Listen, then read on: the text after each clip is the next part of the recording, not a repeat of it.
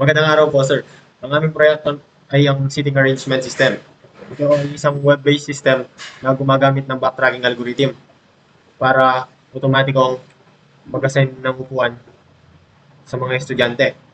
Ito ay ginawa namin bilang isang bahagi ng aming project algorithm sa Pampanga State University para sa academic year 2025 to 2026. Ipapaliwanag namin ang layunin ng sistema, ang arkitektura, at kung paano gumagana ang system. What is seating arrangement system? A web-based system that optimally assign student to classroom sit while ensuring that student will complete or never place adjustment to one another system. Uses the backtracking algorithm to find a valid complete tree. Dito naman lang, ang aming system ay isang web-based application na nag-automatic na nag-ayos ng upuan ng mga estudyante sa loob ng classroom. Ang pangunahing layunin nito ay siguraduhin ng mga estudyante may conflict o hindi magkakasama tulad ng mga mag-aaway o maingay sa loob ng classroom. At naglalagay ito sa magkakatabi na upuan. At meron itong steps ito. Unang nag-automate ng pag-assign ng mga upuan para hindi kailangan pang gawin ito ng mano-mano. Pangalawa, iwasang may lagay sa magkatabi ang mga hindi magkasundo na estudyante. Ang pangalawa naman, yung tiyaging valid ang lahat ng arrangement bago ipakita ang resulta. Yun lang po. Ito po yung system architecture namin or blueprint. So, sa user input, meron pong student name, conflict first, set per row. Tapos po sa backtracking engine, meron po tayong try seat assignment, check conflicts, backtrack is invalid, reverse to next student. And then sa output naman po is nandito yung seat grid display, execution log, status valid or failed. So, tignan natin ang blueprint o architecture ng sistema. Mayroon itong tatlong bahagi. So, una, ang user input. Dito po, pinasok ng gumagamit ang mga pangalan ng estudyante, ang mga conflictors, at kung ilang upuan ang bawat row. And then, sa pangalawa po, ang backtracking engine. Ito ang utak ng sistema. Sinusubukan itong mag-assign ng upuan, sinusuri kung may conflict, kung may problema, nagbabacktrack o bumabalik at sumusubok ng ibang upuan. And then, pagkatapos po, nagre-recurse at susunod na estudyante. Then, sa pangatlo po is yung output. So, dito makikita ang seat grid and execution ng log ng bawat decision ng algorithm at ang status kung valid ba ito or failed arrangement. At ang pinagawa ng bagay, walang server na kailangan tumatakbo ng direkta sa web browser gamit lamang ang HTML at vanilla JavaScript. So, in this slide, show how the backtracking algorithm works. So, paano nga ba ito gumagana? So, here in the slides, we show how the backtracking algorithm works. So, paano nga ba po gumagana ang backtracking algorithm? So, backtracking, try, check, fail, undo, try again. So, here in this step 1, we have 5 steps here. And step 1, pick a student. Select the next unassigned student from the list. Example, we have here child. So, for the second step, we have try seat. So, here, for the second step,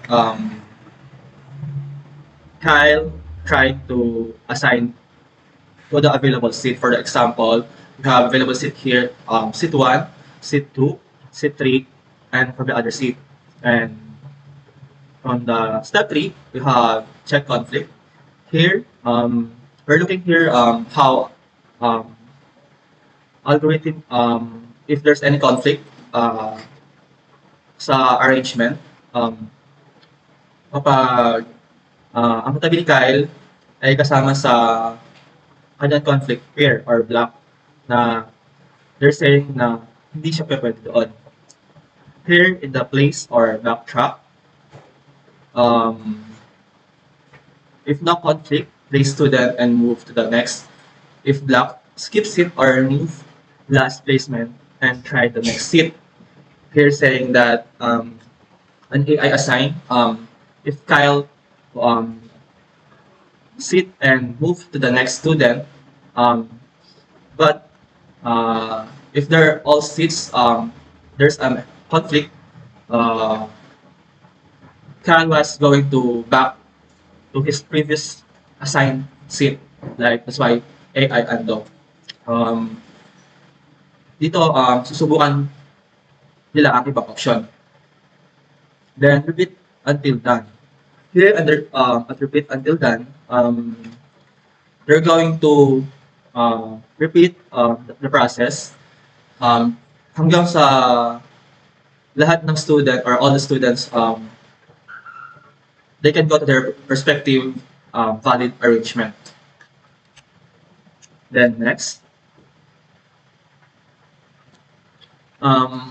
here in this slide you have purpose of the algorithm objectives. So why backtracking? Backtracking, there's have three objects. Our backtracking videos, there have three objectives, which is the objective one, exhaustive search for a valid solution. Here, we're going to find a valid solution. The algorithm systematically tries every possible seeds for every student. It does not guess, it tests each option and eliminates invalid paths. This guarantees that if a valid arrangement exists, it will be founded.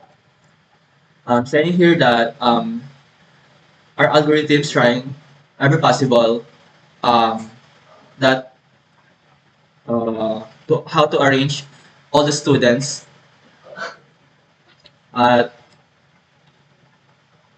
we're testing here all the possible way to achieve our goals that all the students are in their respective arrangement. Conflict and detection and constraint enforcement. Before placing a student, the algorithm check all adjacent seats. If their neighbor is the same conflict pair, that seat is rejected. Adjacency is defined as left, right, above, or below, not diagonal. Here, after before we assign the students seat, we're always checking if the algorithm of the algorithm of next position or the next chair or the next chair once may katabi itong estudyante para hindi ito magka-conflict ng pair niya. Because here's automatic rejected when the seat there's already student there. So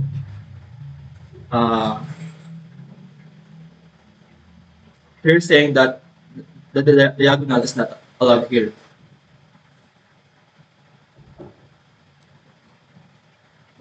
Next, we have automatic recovery through backtracking. How it is work? When no valid seat exists for a student, the algorithm backtracks. It removes the previously placed students and tries a different seat. This self-correcting process continues until a solution is found or all paths are exhausted. Here it says when there's no valid seats for the students, our backtracking algorithm says that this will go into a auto undo into the previous placement and we'll try the other option. Then we're going to repeat the process until we can find the student a proper seat or proper position that can be valid solution and we can check all possibilities to para maging maayos yung seat plan. Give issue of system, add student, define conflicts, and configure word guide, and live visualization and exit lag valid. Dito naman, narito ang mga pangunahing features ng aming sistema. Una, ang add student. Maaaring magdagdag ng kahit ilang estudyante at ang bawat isa ay may kulay para magaling makilala. Pangalawa naman, define conflicts. Pipiliin lang ang dalawang estudyante at itatanda bilang conflict pair. Hindi sila nailagay sa magkatabi. Pangatlo naman, configure yung guide. Maaaring pumili ng 3 or 4 or 5 upuan bawat row. At kaminadong inaayos ang bilang row batay sa bilang estudyante. Pangapat naman, ang live visualization. Makikita ang gumagamit ng real-time kung paano naglalagay at nag-aalis ng upuan. Ang algorithm akbang. Panlima naman, ang explain lag. Bawat decision ng algorithm ay nire-record kung nailagay ang estudyante kung may kailangan conflict o nagbabacktrack. Ito naman ang panghuli, valid result. Kapag nakumpleto ang final agreement, ay naka-highlight na solve. Kung walang nahanap na solusyon, inuulat ng sistema na failure.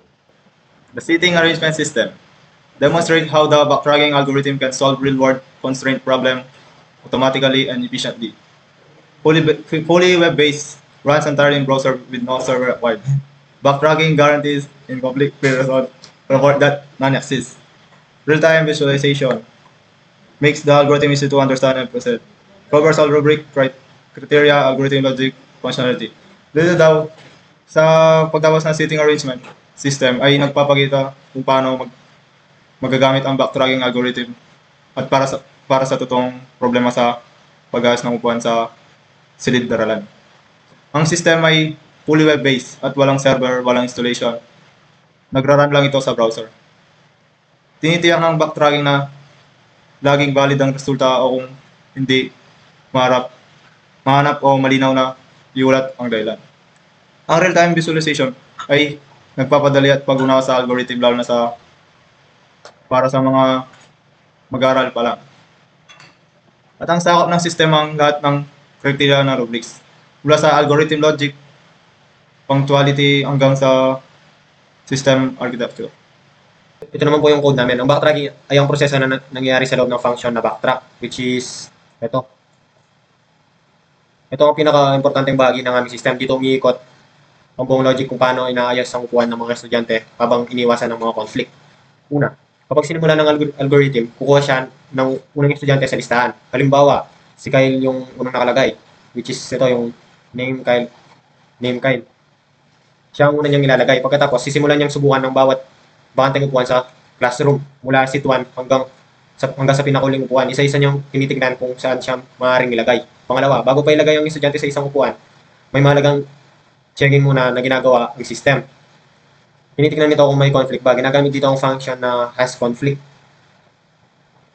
which is ito. Kung may conflict ba, ang ginagawa nito ay sinusuri kung ang estudyanteng ilalagay ay kalaban o kaway sa katabing upuan. Maaaring nasa kaliwa, kanan, itaas o ibaba. Kapag nakita itong conflict, hindi siya pwedeng ilagay doon. Kaya ililipat agad siya sa susunod na upuan at maghahanap ulit.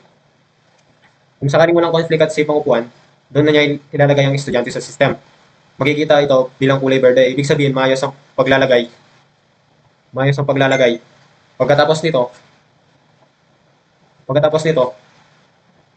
tatawagin ulit ng function ng sarili niya para naman sa susunod na estudyante. Ito ang tinatawag na recursion, kung saan paulit-ulit na tumatakbo ang backtrack hanggang lahat ng estudyante ay may upuan na.